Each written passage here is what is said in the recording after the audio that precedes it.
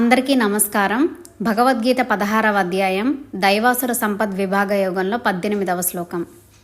అహంకారం బలం దర్పం కామం క్రోధం చ సంశ్రితాః మామాత్మ పరదేహేషు ప్రద్విషంతోభ్యసూయకాః. కొంతమంది యజ్ఞములు, యాగములు, పూజలు, వ్రతాలు చేస్తూ ఉంటారు. వారి సంగతి ఏమిటి? అది దైవీ సంపద లేక ఆసురీ సంపద అనే సందేహం అందరికీ వస్తుంది. దానికి సమాధానమిస్తున్నాడు పరమాత్మ. వేదములలో యజ్ఞములు, యాగములు, క్రతువులు, వ్రతములు, సాకారముతో వివిధ దేవతా పూజలు, పూజా విధానములు చెప్పబడ్డాయి. కానీ ఇవన్నీ ఎలా చేయాలి, ఎలా చేయకూడదు?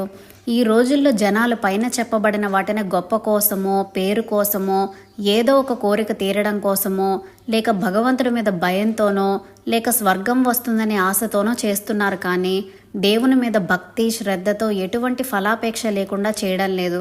వీళ్ళు ఎటువంటి వాళ్ళు అంటే ఆత్మ సంభావితాహ, అంటే తమను తాము పొగుడుకునే వాళ్ళు.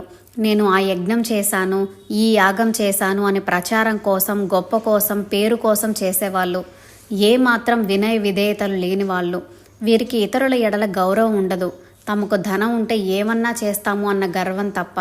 ఈ ఆసురి సంపదలు ఎవరిలో ఉన్నా వారు ధనవంతులు, విద్యావంతులు, కులవంతులు, అధికారవంతులు, సౌందర్యవంతులు, బలవంతులు అయినా వారిలో ఇటువంటి ఆసురి సంపద ఉంటే వారికి ఎటువంటి ప్రయోజనము లేదు. వారు మానవులైనా దేవతలైనా అసురులే. కాబట్టి దేవతలు, అసురులు ఎక్కడో లేరు, మనలోనే ఉన్నారు. మనలో ఉన్న దైవీ సంపదలను, ఆసురి సంపదలను బట్టి వారిని దేవతలు, అసురులు అని విభజించవచ్చు. అంతేకాని దేవతలు కిరీటాలు, పట్టుబట్టలు ధరించి ఉండరు. అలాగే అసురులు కొమ్ములు, కోరలు కలిగి ఉండరు. మనలోనే దేవతలు, అసురులు ఉన్నారు. కాబట్టి ఎవరికి వారు ఆత్మ పరిశోధన చేసుకుని తమలో ఉన్న ఆసురి సంపదలను తొలగించుకుని దైవీ సంపదలను పెంపొందించుకోవాలి. ఒక్క ఆసురి సంపద మనసులో ఉన్నా అది వృద్ధి చెందుతుంది.